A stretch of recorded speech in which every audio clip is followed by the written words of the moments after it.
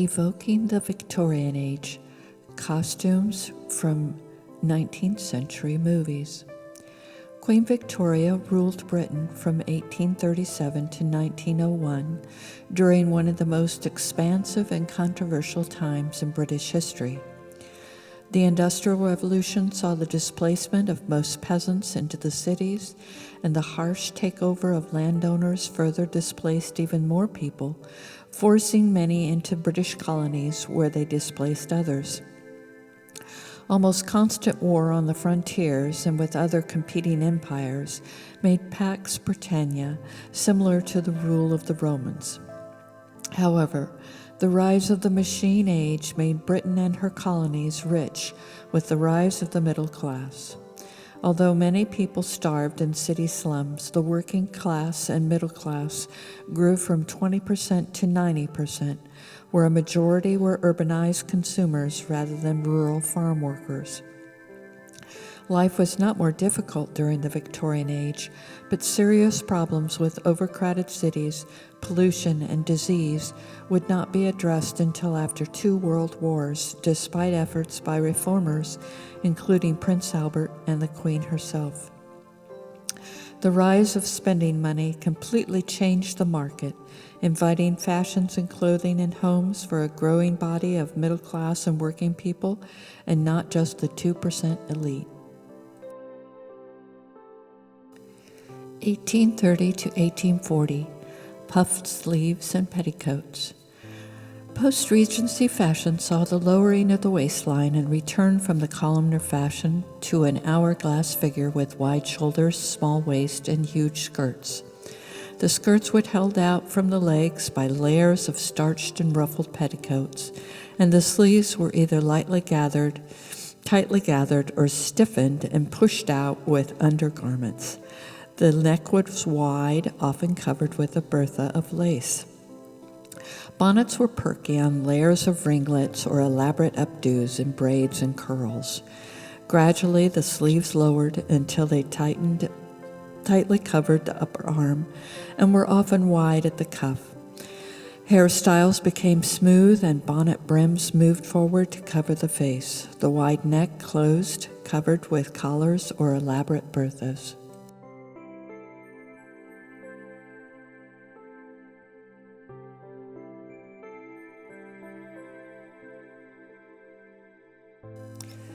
Middlemarch is a 6-part TV series from 1994 of the book by George Eliot, a reform writer of the Victoria era.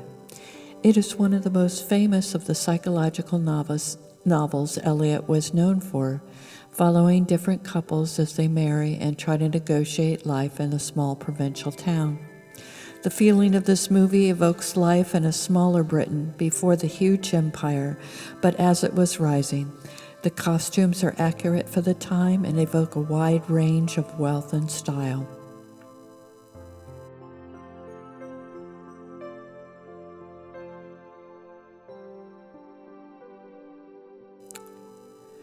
The BBC adaptation, 1983, of Jane Eyre by Charlotte Bronte with Stella Clark and Tim Dalton is one of the best at putting you in the time and circumstances of an orphaned girl being sent to a charity school and then taking one of the few jobs available to a woman in 1840s, that of a governess. Clark does an amazing job as Jane, and although Dalton is too handsome as Rochester, listening to him is a joy. The costumes are amazing, and the setting is so good you actually feel the time travel effect. I also enjoy that the series spends time on the moor with Jane's cousins.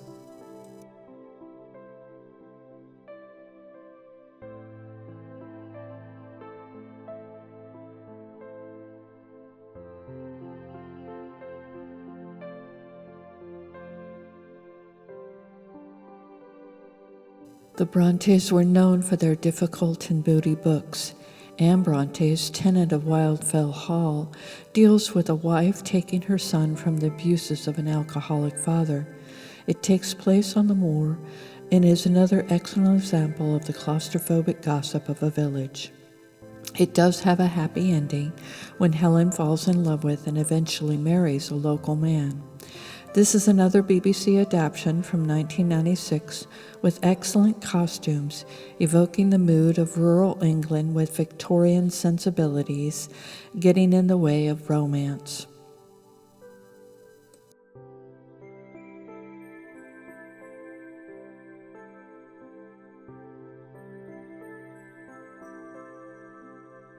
Cranford is another British television series based on the shorter works of another great Victorian writer, Elizabeth Gaskell. The series takes place in Cheshire among various middle-class women, allowing Gaskell to talk about issues of the day of female equality, traditional values of propriety and gentility, reform in the class system, and the problems of reputation in a gossipy small town. The costumes are delightful, especially the wide use of bonnets outdoors.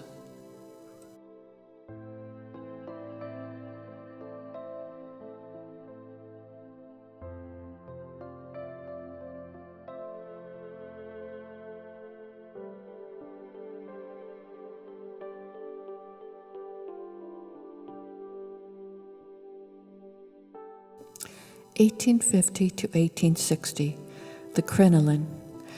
Once the inspired invention of the crinoline replaced the heavy layers of petticoats, women took it to its extremes for dancing or showing off in the evenings or at parties. Daytime crinolines were more conservative, but the daytime dress had covered torso only open at the wide neck for evening parties. Skirts were full enough for two looks, with bodices for day and also for evening.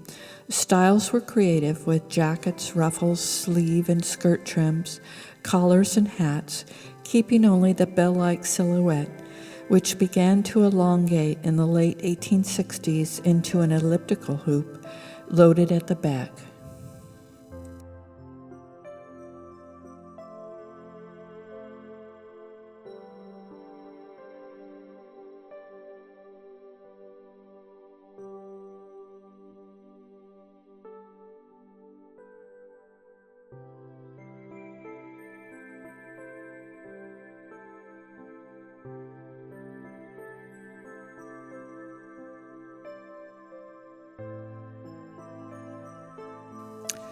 A.S. Byatt is a modern writer able to capture the essence of the Victorian Age. Her book, Eugenia Morphia, was made into a delightful movie called Angels and Insects in 1995 that is haunting and unapologetic in its treatment of many Victorian obsessions. It follows the path of an innocent scientist who marries into a large, prominent family, where the father being his patron for a scientific journey into the Amazon. The family is likened to a family of ants, with the extraordinary costumes showing this, making the movie a brilliant treatment of Victorian values and failings.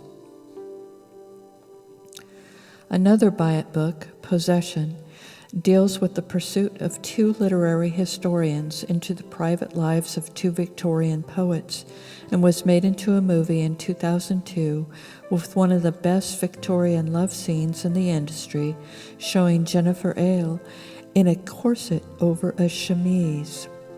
The movie evokes the mood not only of an obsessive love affair that alters the lives of the poets, but the obsession of the historians in possessing the letters of the Victorians. This movie also shows the artistic side of the Victorians, as well as their obsession with natural forms, the classics, and the medieval world. The Piano is a moody and disturbing movie evoking the claustrophobia and oddities of colonial life, contrasting the Victorian niceties with the natural Maori sensibilities. It is a journey of a widow and her daughter to a mail-order marriage in New Zealand. The mother refuses to speak, but shows her feelings through her art and disturbs a neighboring farmer who has gone native. This movie captures her darker soul, who seems hell-bent on destroying herself in her depression. Despite the intensity of the movie, it ends well, and is a must for those who share the obsessive personality of the Victorian artists. Another BBC adaptation of Elizabeth Gaskell's novel North and South is a brilliant look at the differences of England itself, comparing the soft rural South to the cold manufacturing mind of the northern self-made man. It contrasts the classes and shows the darker side of those trying to make a living in the mills. Gaskell shows through her character Margaret Hale both a sympathy for the workers but also an admiration for the mill owner.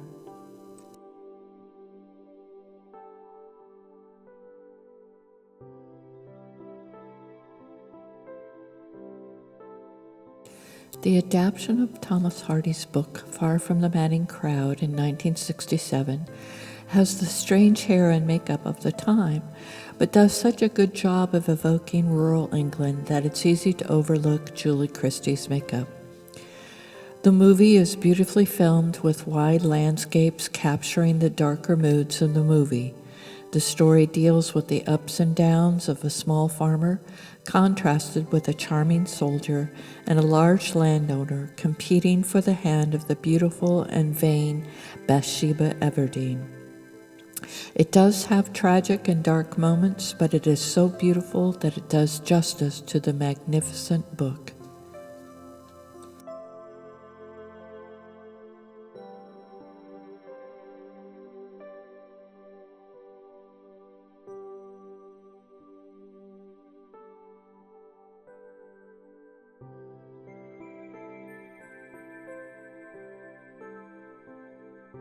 (1870 to 1880), The Bustle. Lily Absinthe does a good job comparing the first and second bustle eras in this triptych. The 1870s bustle was a continuation of the crinoline with all the emphasis on the back, whereas the 1880s bustle is extended onto the longer waist common to the middle period of the natural form. In the 1870s, hair was similar to the preceding decade with ringlets around the updo. Skirts were still covered with ruffles and flounces, with small jackets and wide neck tops for evening. Jackets often had sleeve decoration and some trim on the front openings. Gradually, the bustle dropped and became the smaller, slimming the figure in the front with the S-curve. The jacket became tighter, hugging the form in a dropped waist. Eventually, the bustle vanished, leaving a long train in the back. Then the bustle reappeared on the dropped waist with a shelf look. The skirts were split on the sides, often showing underskirts beneath the apron front.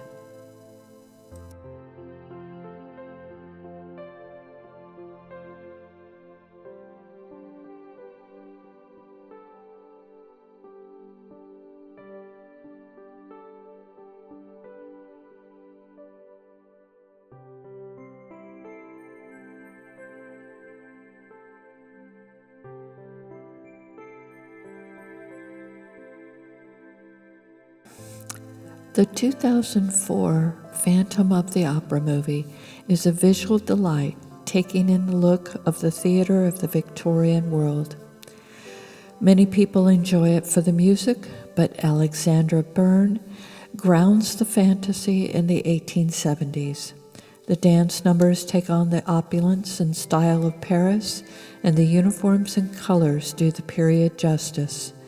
Note the high-waisted, large bustles in the back, and the wide open necklines.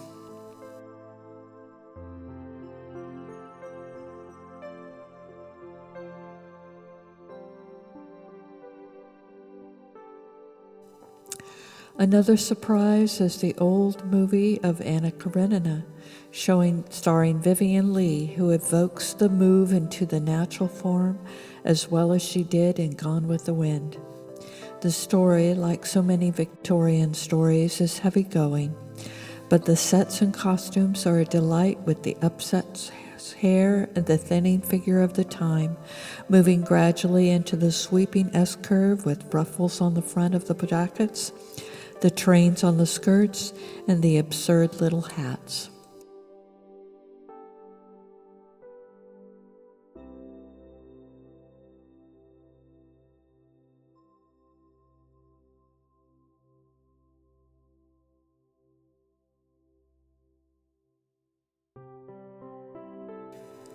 Edith Wharton captured the essence of the late Victorians of America, which in the movie The Age of Innocence is done in a spectacular fashion with costumes that will take your breath away.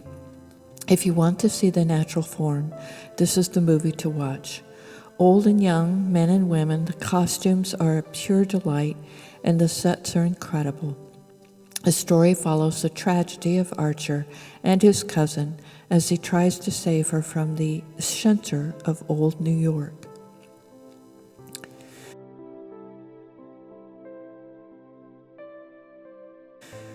We move into the late bustle era with the series The Golden Age from HBO and now on Netflix.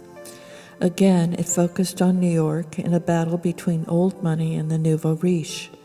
Many of Cassio's costumes are inspired by the House of Worth and the Met Museum collection.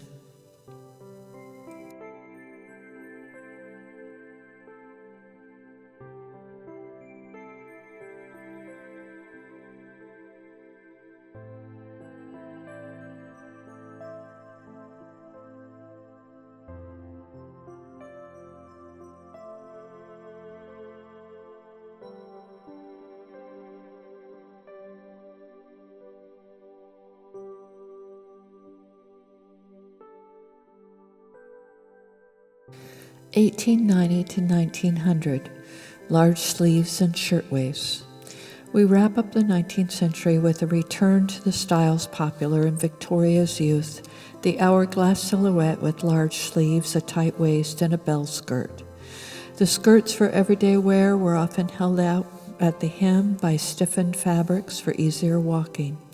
The passion for sports like tennis and bicycling and the movement down into the middle classes encouraged a simplified outfit of a shirtwaist and skirt, puff sleeves, a high collar, and upswept hair under straw hats called boaters.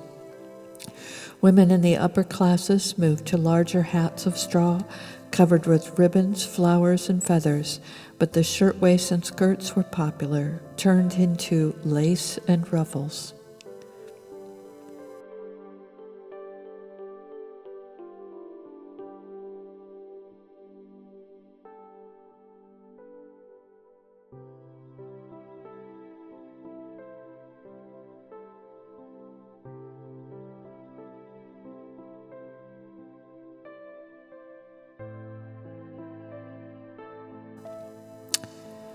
Sherlock Holmes with Jeremy Brett is one of the best dives into this era.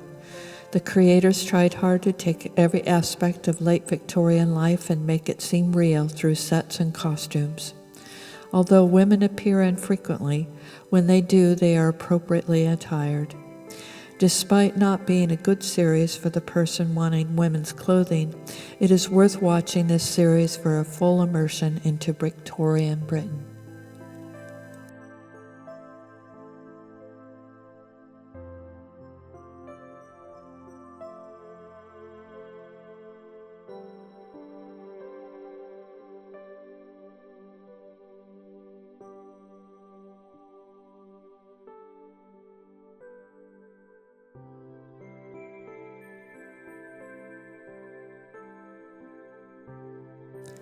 The late Victorian Age seems to be home of vampire movies and mystery stories.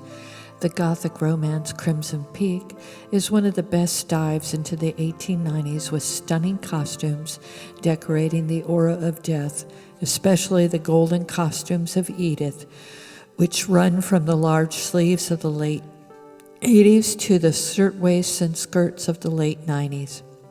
Lucille and Thomas are more conservative in black and white conservative costume, reflecting a more British attitude of restraint.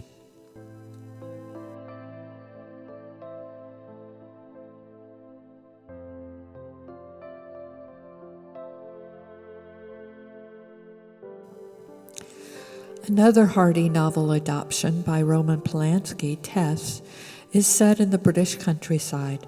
The story is as difficult as that of Anna Karenina, as we follow the tragic fall of Tess as she is victimized by a charmer and then faces the consequences of social ostracization, poverty, and death. The costumes are a splendid view of working-class rural Britain.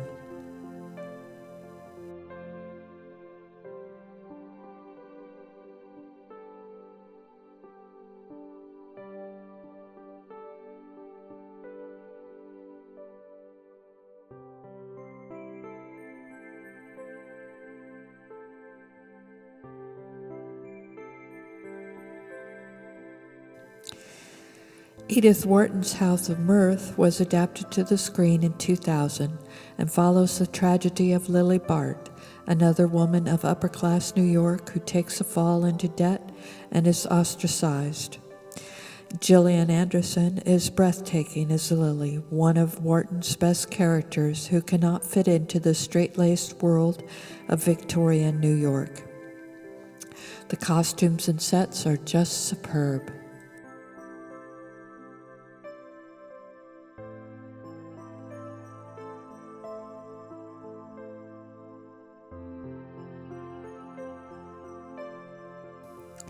The Murdoch Mysteries, a Canadian series following the police inspector Murdoch, is another fabulous dive into the world at the turn of the century.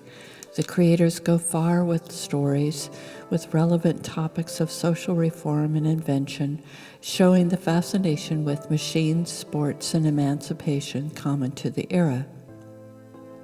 The costumes are exquisite and creative, showing personality as well as the fashion of the times.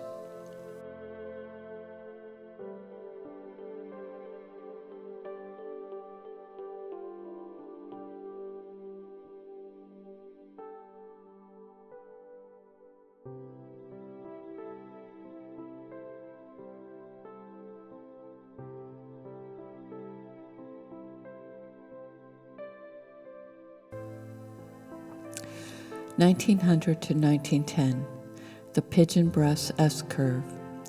Queen Victoria died in 1901, so this era in English-speaking countries is technically Edwardian.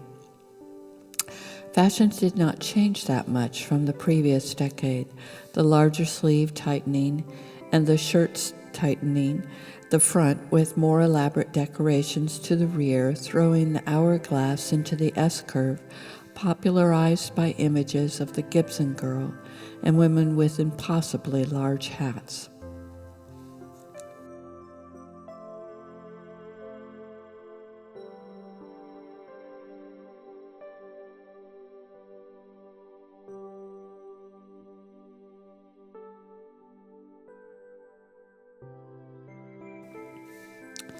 A room with a view is my recommendation for this era, where you see the older Victorian restraint falling before the rising freedom of the younger women who smoke, hold conversations with strange men, and expect to be treated as equals.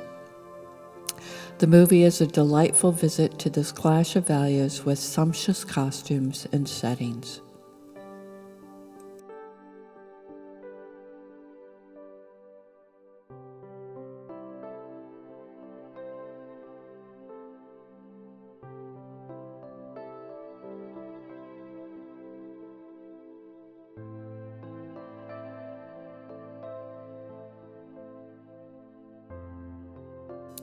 I hope you have enjoyed this little dip into the fashions and movies that evoke the feeling of the 19th century. I try to do some costume videos here for you, as well as my other videos on a simple life, mythology and folklore, art, writing, gardening, history, and other goodies. Be well and take care of yourself.